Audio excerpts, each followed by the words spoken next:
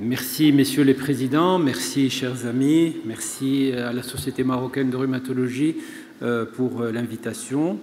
Et ma mission va se réduire à introduire le travail que sera essentiellement présenté par Rim Dhahri, mais comme j'ai eu le privilège de manager un peu le groupe qui a préparé ce projet de recommandation tunisienne sur la prise en charge de l'ostéoporose post-ménopausique, donc je vais en présenter les principaux traits.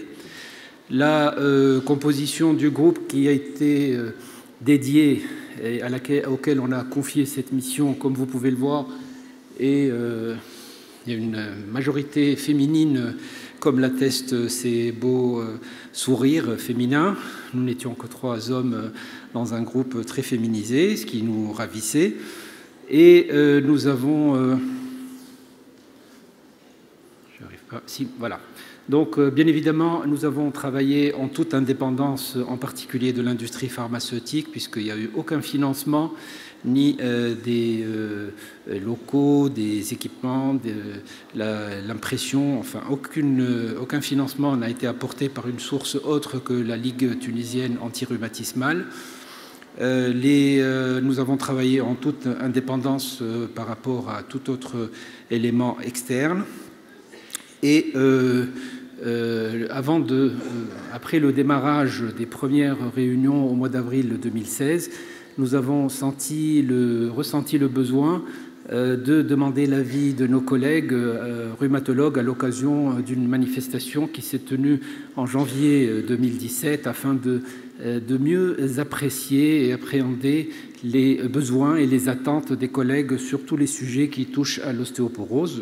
Donc nous avons distribué un questionnaire qui a été rempli et nous avons tenu compte des réponses, bien évidemment. L'organisation, la méthodologie, comme le présente cette diapo, va de bas en haut, puisque plusieurs groupes ont été constitués. Le groupe de pilotage dont les membres ont été présentés sur la plaque avec les photos. Ensuite, le groupe de travail, des groupes de travail ont été créés, l'un pour l'ostéoporose post-ménopausique, un deuxième pour l'ostéoporose cortisonique et un troisième pour l'ostéoporose masculine. Ils ont travaillé de façon indépendante, mais avec une supervision du comité de pilotage. Nous avons également identifié et décidé de créer un groupe de lecture qui se composait de collègues tunisiens et de collègues de pays francophones, dont notre ami Christian Roux, ici présent. Mais nous avons également demandé à un membre de la Fondation internationale de l'ostéoporose, en la personne de Serge Ferrari, qui est suisse et donc francophone, de participer, de faire partie de ce groupe de lecture. Nous avons également élargi la composition de ce groupe à des spécialités autres que la rhumatologie qui étaient concernées par l'ostéoporose, et nous avons invité les représentants des sociétés savantes de gynécologie obstétrique, d'orthopédie, d'endocrinologie, également un représentant d'une société de médecine de famille. Donc le secrétaire général ou président nous a accompagnés pendant un certain nombre d'étapes. Nous prévoyons qu'il y ait une phase, après que le comité de lecture ait validé la proposition faite par le comité de pilotage, une phase donc de finalisation qui regroupera les groupes de travail et le groupe de lecture également. Peut-être qu'on le fera par Skype ou de façon à ne pas avoir à organiser de réunion. Et c'est la dernière phase, la phase de validation. Nous avons également fait appel à un collègue épidémiologiste pour valider les différentes phases de ce travail.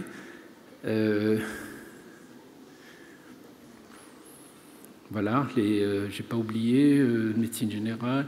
Un représentant de la caisse d'assurance maladie, élément extrêmement important. Nous avons souhaité les impliquer d'emblée dans l'élaboration de ce référentiel, de façon à ce qu'ils ne contestent pas les positions adoptées par ce groupe. en termes de prise en charge et de remboursement, vous l'avez bien compris. Voilà, les compositions. Je ne sais pas si... Voilà. Bon. Les trois thèmes, comme je vous l'ai dit, donc, portent sur l'ostéoporose post-ménopausique. C'est sur ce premier thème que les travaux ont avancé. Et ce sont les conclusions, les premières conclusions qui seront présentées par Rim Vahri dans un instant. Les propositions, donc, comme vous pouvez le lire, doivent être faites selon une méthodologie qui a été élaborée avant le démarrage des travaux, et nous avons exigé également que les réponses obéissent à certains critères. Voilà. Donc la partie recherche bibliographique a porté sur toutes ces sources. Ce sont des notions relativement classiques, il n'y a pas eu d'innovation particulière. Les grades de recommandation sont ceux qui sont connus de la médecine établie sur l'épreuve, avec les niveaux A, B, C que nous connaissons tous.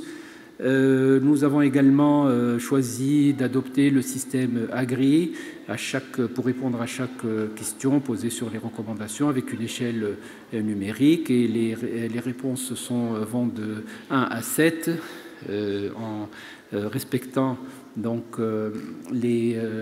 là aussi les codes classiques, considérant comme réponse appropriée lorsqu'il y a une réponse, une valeur médiane déterminée également préalablement, et lorsque la réponse est considérée comme correspondant à un accord relatif, donc ce n'est pas un accord fort ou une réponse inappropriée, la question a été reformulée et resoumise au vote du groupe. Voilà, je crois que ce sont les grandes lignes sur lesquelles nous avons essayé de travailler, les grands principes que nous avons choisis, et je laisse la parole donc à Rim Vahri pour vous présenter les résultats de ce travail.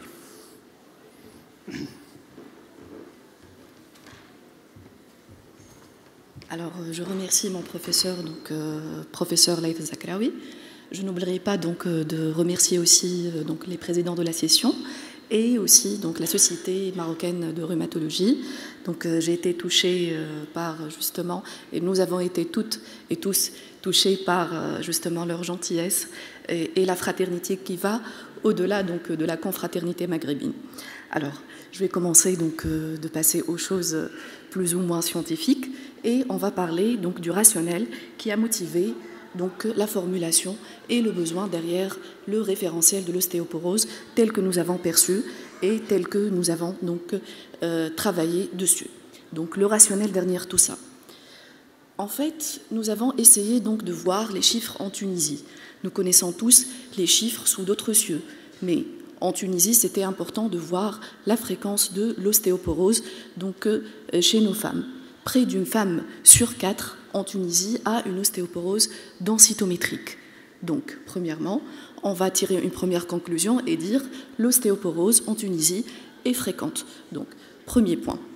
Donc, deuxièmement, et lors d'un sondage, comme ça a été annoncé par professeur Zakraoui donc antérieurement, lors de la journée d'hiver de rhumatologie en janvier 2017, nous avons recensé en fait le nombre de patients qu'on verrait en pratique quotidienne et qui ont cette pathologie qui est silencieuse et capricieuse, telle que ça a été dit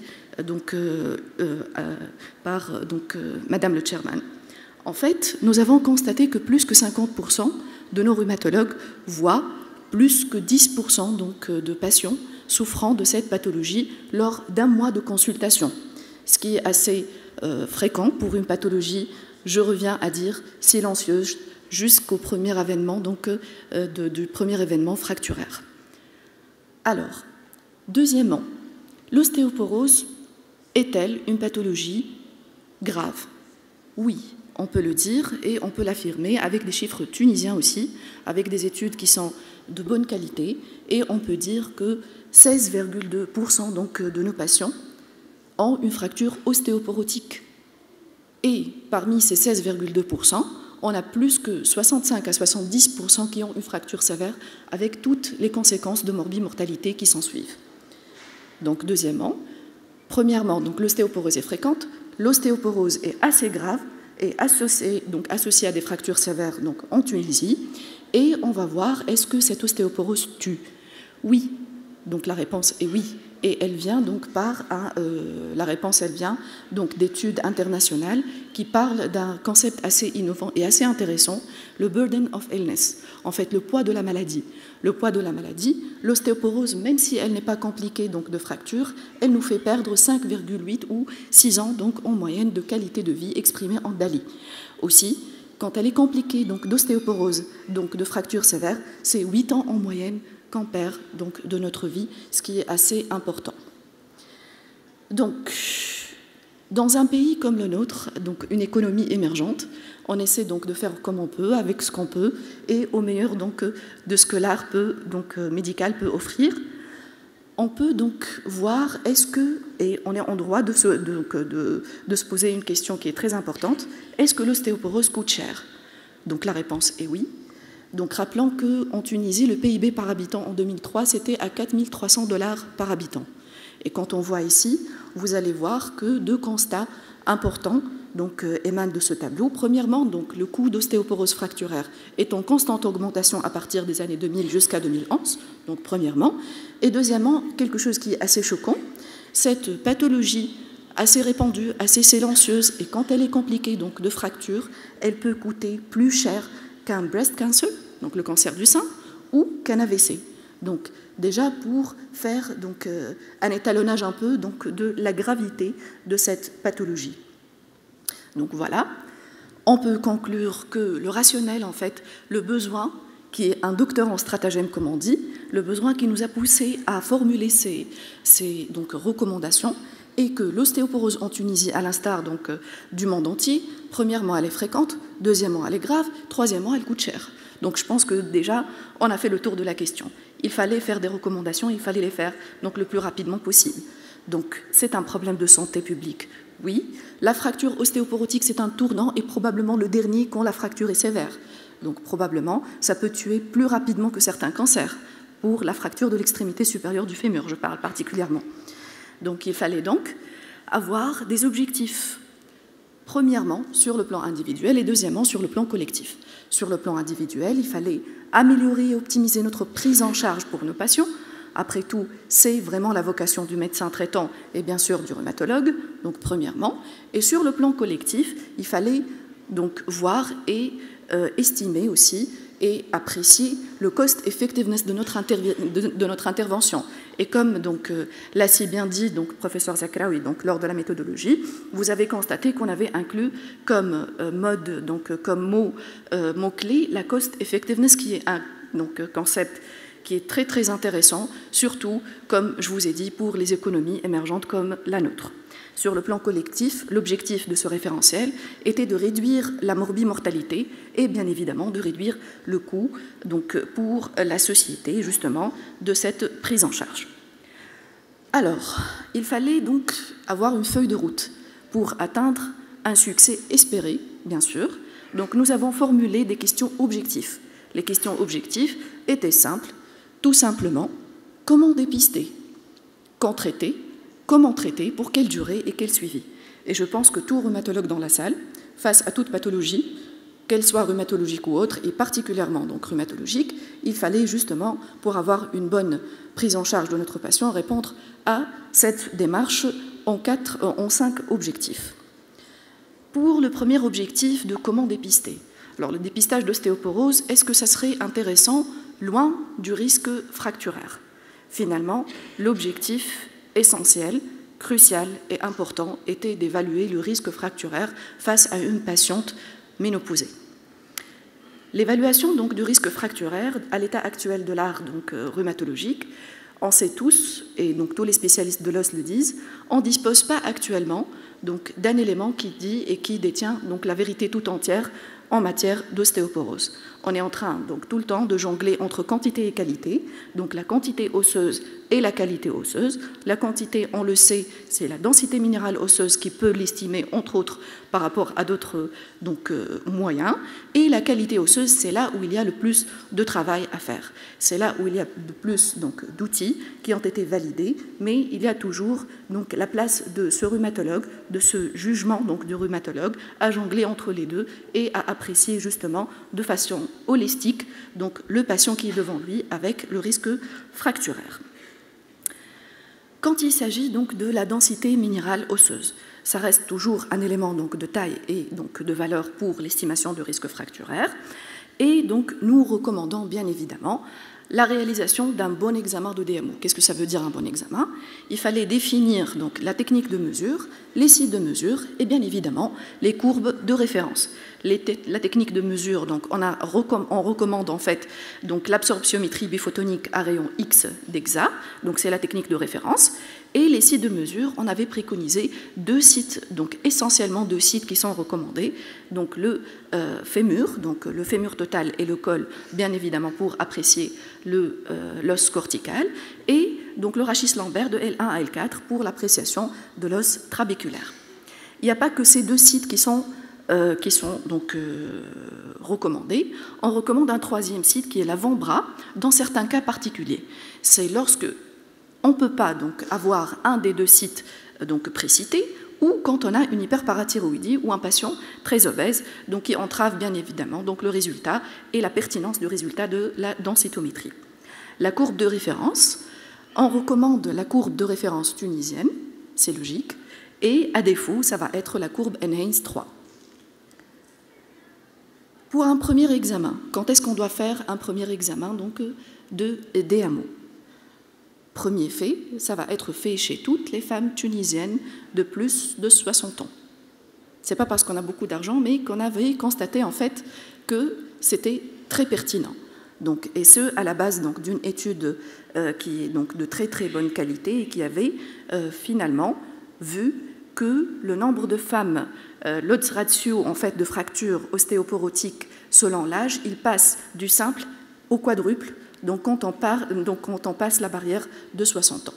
Donc on a 4 fois plus de risque quand on est âgé de plus de 60 ans d'avoir une fracture ostéoporotique, et ce qui a motivé en fait cette recommandation donc de faire la DMO chez les femmes âgées de plus de 60 ans.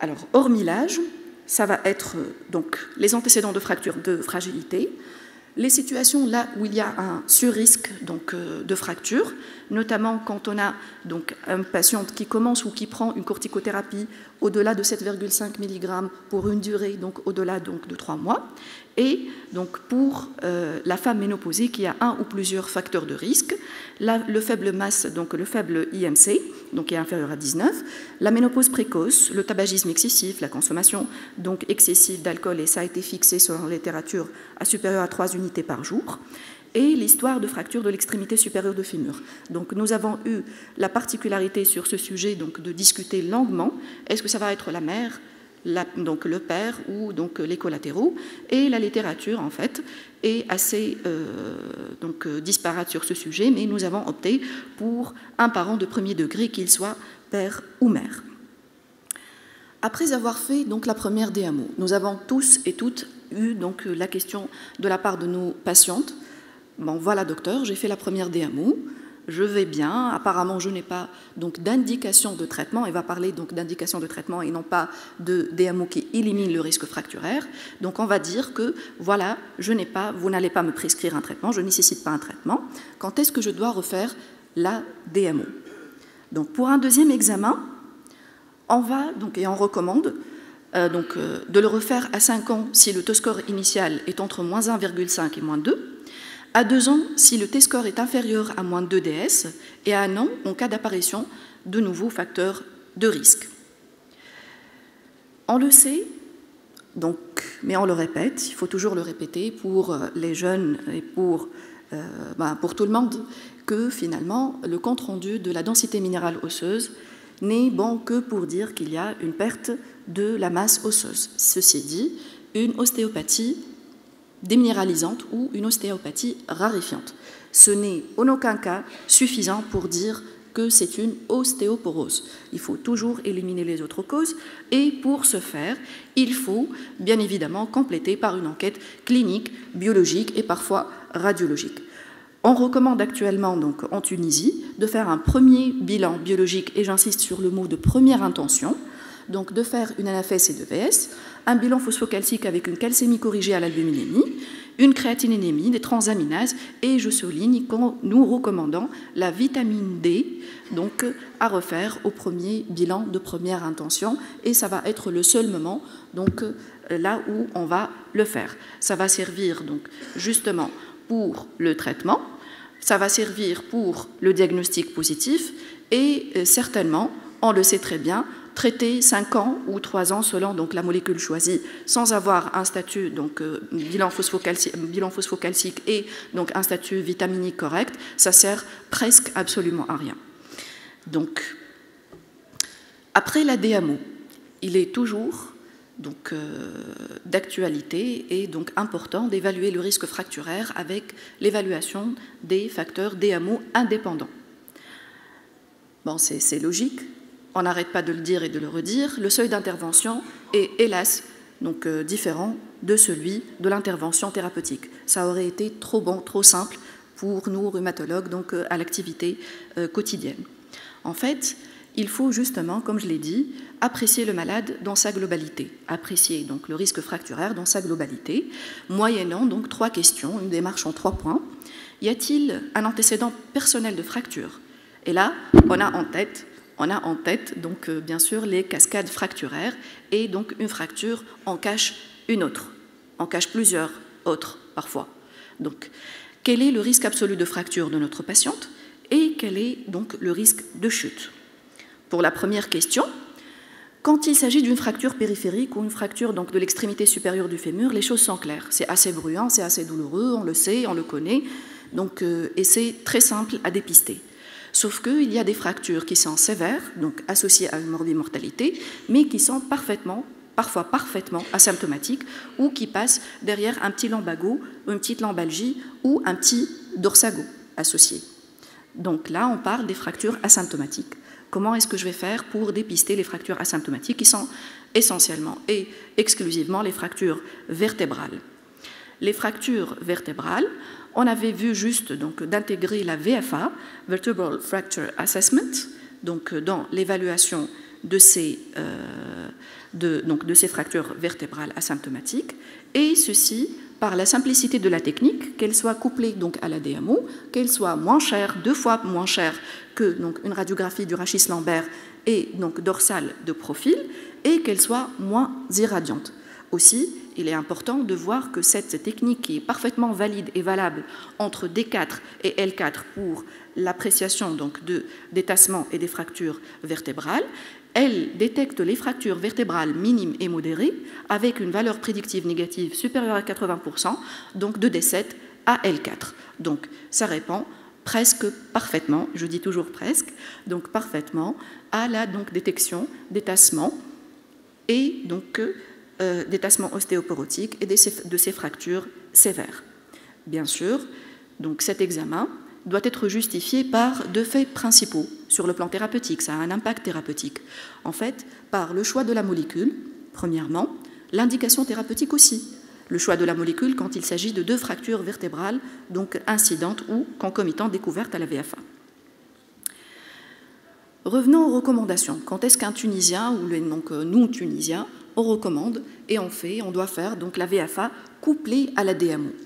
Donc, quand il s'agit d'une femme âgée de plus de 60 ans et qu'elle a un T-score donc inférieur à moins 2,5 aux 2 sites ou à 1,2 des 2 sites, une perte de la taille historique de 4 cm ou prospective de 2 cm à 2 ans, antécédent de fracture vertébrale ou une patiente qui a donc un antécédent de maladie ou de traitement qui prédispose donc plus que d'autres à un risque de fracture vertébrale. À défaut de VFA, malheureusement, pas toutes justement les régions en Tunisie sont dotées de DMO et pas toutes donc, les appareils de DMO sont propices à faire une bonne VFA dans les conditions de l'art. Donc, on recommanderait à défaut une radiographie standard, donc du rachis dorsal et lombaire de profil. Et là, on parle d'un bilan qui est assez minimaliste. Deuxièmement, quel est le risque absolu de fracture? Là, donc, j'ai eu le plaisir de savoir que nos confrères marocains aussi ont leur FRAX, donc à notre instar aussi. Donc, nous avons et nous disposons d'un FRAX tunisien, et donc qui va évaluer ce FRAX, le risque de fracture absolue, donc de fracture majeure absolue, à 10 ans. Donc, avec un seuil d'intervention, donc au-dessus duquel et au-dessous duquel la décision thérapeutique va différer. Le FRAX, bien évidemment, a aussi et a été intégré dans le référentiel parce qu'il a un impact donc, thérapeutique clair. Une troisième question, et une dernière question pour l'évaluation du risque de fracture. Mon patient et ma patiente a-t-elle un risque accru de chute? Ça, c'est important. Si on fait des fractures, c'est pour 2 raisons. Normalement, 2 raisons qui s'associent. Est-ce qu'on a donc, des os qui sont mauvais et on chute, ou donc fréquemment on chute pour avoir une fracture ostéoporotique. Donc il faut vraiment jouer sur les 2 paramètres. Le risque de chute, on peut l'apprécier simplement dans notre consultation par donc, le get up and go et donc l'appui monopodal donc, pour les patients. Mais on retient des patientes à risque de chute quand il y a un antécédent de chute dans l'année qui a précédé, ou des facteurs de risque clinique dans l'âge supérieur à 80 ans. Donc le sexe féminin, bon, ça va de soi, on est dans l'ostéoporose postménopausique, et donc les troubles qui accentuent justement et qui, donc, qui nuisent donc, à l'équilibre, notamment les troubles psychiatriques, la polymédication, les troubles, donc la réduction de l'acuité visuelle, les troubles comportementaux ou donc musculo-squelettiques. On vient finalement à la question cruciale. On avait bel et bien interrogé notre patient, on avait demandé la DMO, on avait demandé le bilan, donc le verdict, entre guillemets, sans appel, madame, vous avez une ostéoporose postménopausique. Elle vous dit, elle vous regarde, alors qu'est-ce qu'on fait, docteur? Donc là, c'est vraiment donc le point culminant donc, de toute la démarche, finalement, quand est-ce que je vais indiquer le traitement. Malheureusement, donc l'ostéoporose, elle ne nous donne pas donc, la marge de manœuvre que nous donnent les rhumatismes inflammatoires chroniques avec donc, une démarche qui est assez ciblée, un tight control, un petit outil. On ne peut pas le faire. On doit se fixer un objectif qui est assez important et assez réaliste. Il faut réduire le risque de fracture. À la fin de la journée, c'est ce qui est le plus important. Donc, pour avoir cet objectif, il faut avoir des cas de figure. Les cas de figure, finalement, ma patiente a fait une fracture sévère, non sévère, ou ma patiente n'a pas fait de fracture, elle n'a pas de fracture, ou j'ai un T-score qui est très bas. On va définir très bas ou trop bas, donc selon les cutoffs qu'on choisirait après. Les fractures sévères et non sévères ont été définies dans notre référentiel et donc, on était vraiment conforme à la littérature dans nos définitions. Donc, c'est les fractures sévères qui sont associées donc, à un excès de mortalité. Et nous avons donc adopté le T-score pour l'interprétation de notre densité minérale osseuse. Donc, le gradient entre la valeur du D-score et donc, le risque de fracture n'est plus à démontrer, mais il est à souligner entre -1 et -4. C'est justement pour justifier après les cutoffs qu'on avait utilisés. La décision thérapeutique. Alors, quand est-ce qu'on va décider de traiter nos patientes? Bon, donc, le premier cas de figure, c'est simple, c'est parlant, c'est assez clair. Quand il y a donc une fracture extrémité, donc de l'extrémité supérieure du fémur, donc c'est vraiment, il faut traiter, quel que soit donc, le T-score. Le deuxième cas de figure, quand on a une fracture sévère, mais qui n'est pas une fracture de l'extrémité supérieure du fémur, premièrement, où on a donc des fractures non sévères, mais multiples, donc supérieures à 2. Ma patiente a fait 2 fractures donc, de l'avant-bras, par exemple. Je traiterai si donc, le T-score est inférieur ou égal à -1 DS. -1, donc déviation standard. Et puis, si ma patiente a une fracture non sévère unique, je traiterai si le T-score est inférieur à -2,5. Si ma patiente, elle n'a pas de fracture, mais par contre, elle vient avec un T-score qui est assez bas, -3. Rappelez-vous donc le risque fracturaire et le gradient. Et là, donc, je traiterai. Donc, ceci a été recommandé avec un accord professionnel donc, qui était assez fort pour donc, retenir ces indications. L'avis du spécialiste, qui va se baser sur l'appréciation en démarche donc, sur 3 points, avec donc, le calcul de Frax, va être pris et donc il va être pris en considération. Lorsqu'il y a une fracture non sévère unique, mais quand même j'ai un T-score qui est entre moins 2,5 et moins 1, et donc quand je n'ai pas donc, de fracture, mais le T-score est un peu intermédiaire, entre moins 3 et moins 2,5. Je dois calculer mon Frax, et si mon Frax me dit que ma patiente est à un risque de fracture majeure à 10 ans important, il faut traiter. Ben, je ne traiterai pas. Lorsqu'il y a une fracture en dehors de l'extrémité supérieure de fémur et le T-score est supérieur à moins 1, nous avons retenu cette proposition en fait pour dire que si j'ai une fracture, il faut vraiment être sûr donc, qu'il y a une déminéralisation derrière, qu'il y a une ostéoporose derrière. Donc il faut vraiment chercher et donc tenir en tête que l'ostéoporose reste au final un diagnostic d'élimination dans la démarche donc, des ostéopathies fragilisantes. Donc il faut déjà avoir un moins 1 ou supérieur pour être sûr que c'est une fracture ostéoporotique, bien évidemment, à part l'enquête clinique et donc paraclinique qu'on aurait faite à ce moment-là. Je ne traiterai pas, bien sûr, si donc, ma patiente n'a pas de fracture et si elle a un T-score qui est supérieur au seuil diagnostique de l'OMS. Là, donc, je n'aurai pas de raison de mettre ma patiente en péril à cause d'éventuels effets indésirables, donc sans indication. Pour résumer en fait les indications thérapeutiques tunisiennes, je traiterai quand le T-score, en fait, on a essayé de faire le match et donc le crossing entre le risque fracturaire ou les fractures et donc le T-score. Si le T-score est inférieur à moins 3, je vais traiter sans discussion. Bien sûr, quand j'aurai retenu le diagnostic d'ostéoporose. Si le T-score est entre moins 3 et moins 2,5, je traiterai, sauf si je n'ai pas de fracture. Si je n'ai pas de fracture, là, je demanderai donc l'avis du spécialiste et je prendrai donc le soin de calculer mon Frax. Si donc ma DMO me dit que je suis face à une ostéopénie, telle qu'elle a été définie par donc, les seuils et les cutoffs donc, de l'OMS, je ne traiterai que s'il y avait une fracture de l'extrémité supérieure de fémur, d'autres fractures sévères ou des fractures entre guillemets mineures mais multiples. Si le T-score est supérieur à moins 1, là je ne traiterai que s'il y a une fracture de l'extrémité supérieure du fémur. Voilà, vous allez me traiter, madame, mais comment? Qu'est-ce que vous allez me donner? Qu'est-ce que vous allez me conseiller, en fait? Nous recommandons, en fait, les mesures générales. Leur intérêt, il n'est plus, donc, à démontrer, l'intérêt général, sauf qu'il y a certains détails, donc, à souligner.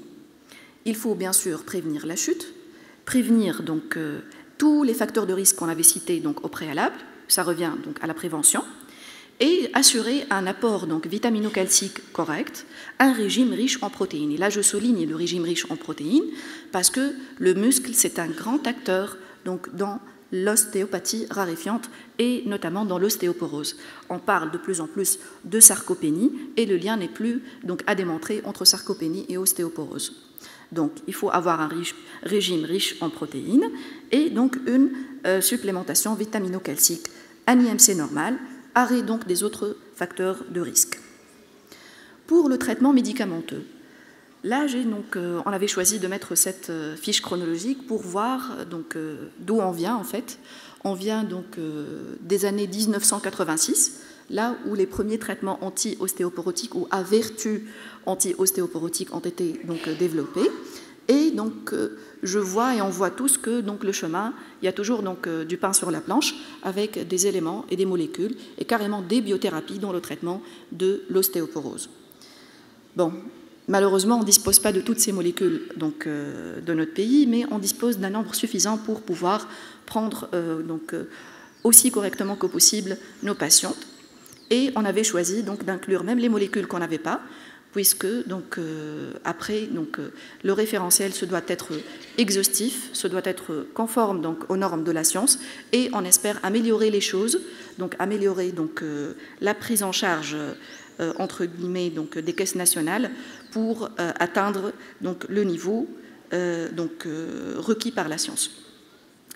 Les traitements médicamenteux sont multiples, mais donc, les comparaisons head-to-head sont presque inexistantes. Il y a des comparaisons sur des bases rétrospectives avec donc, de faibles effectifs ou donc, des résultats qui peuvent être facilement donc, discutés. Sauf qu'il y a certaines situations qui sont plus ou moins claires. On va recommander, donc, lors d'une fracture de l'extrémité supérieure du fémur, l'acide zoledronique donc, à la dose de 5 mg par an en première intention avec un grading A. Et ce, donc, presque, ça va être un des rares moments donc, d'affirmation donc, quand on revient aux molécules donc, qu'on devrait donc, prescrire. Le reste donc, des alternatives, ça va être cité par ordre alphabétique, alendronate, résidronate et denosumab. Et puis, en cas de fracture sévère périphérique hors extrémité supérieure du fémur, ça va être toutes les molécules précitées et vraiment sans aucune différence entre ces dernières. Quand on vient à la fracture sévère vertébrale, on va ajouter donc 3 molécules. On va ajouter le raloxifène à la dose de 60 mg donc, par jour, et ceci sous certaines conditions.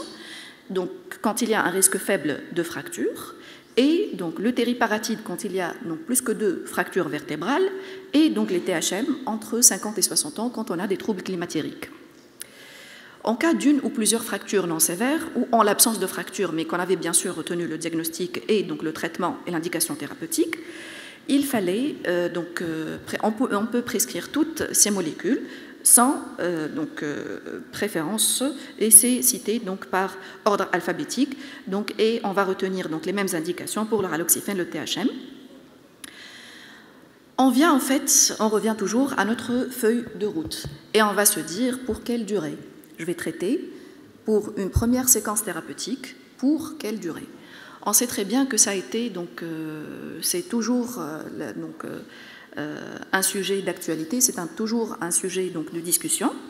On parle parfois donc, de l'ostéoporose comme une maladie chronique dont le traitement donc, est au cas par cas, dont la durée est au cas par cas, et on va voir, donc, on a vu des gens qui recommandent des durées beaucoup plus longues, et on a vu aussi des gens qui parlent d'un concept qui est le drug holiday, mais donc, nous allons recommander donc, en Tunisie une première séquence thérapeutique à 3 ans pour le zoledronate, à 18 mois pour les tériparatides et à 5 ans pour les biphosphonates oraux, qu'elles soient donc alendronate ou résidronate.